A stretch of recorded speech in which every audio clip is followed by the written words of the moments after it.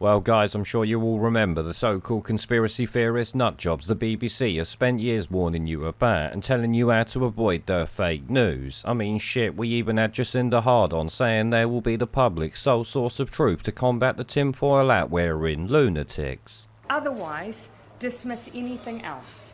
We will continue to be your single source of truth. We will provide information frequently.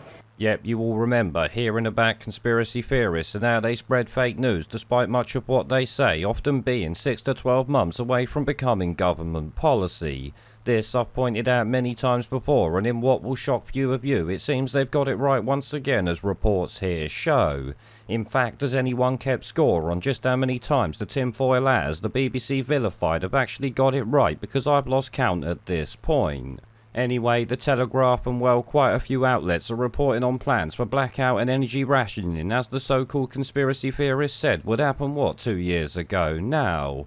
This, you could say, makes many people profits, but in reality they just ain't sheep, and the WEF fuckpigs who are pushing this have hardly hidden it well, have they, let's be honest. In fact, they've openly admitted their goals, regardless of its impacts it has on the general public, as you can see with net zero and the current shit show we call fuel prices. This is all linked and happening by design, because in the case of gas and oil it obviously needs to happen. They can't push net zero energy when it costs like 10 times more than fossil fuel, so by jacking up the price, net zero obviously becomes the cheaper option.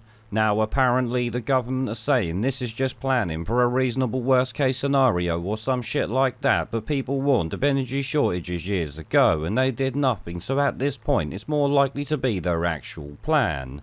Plus, it should be said, with all the solar panels and wind farms installed around this country, is it not also a failure of green energy policy that this is even being talked about here?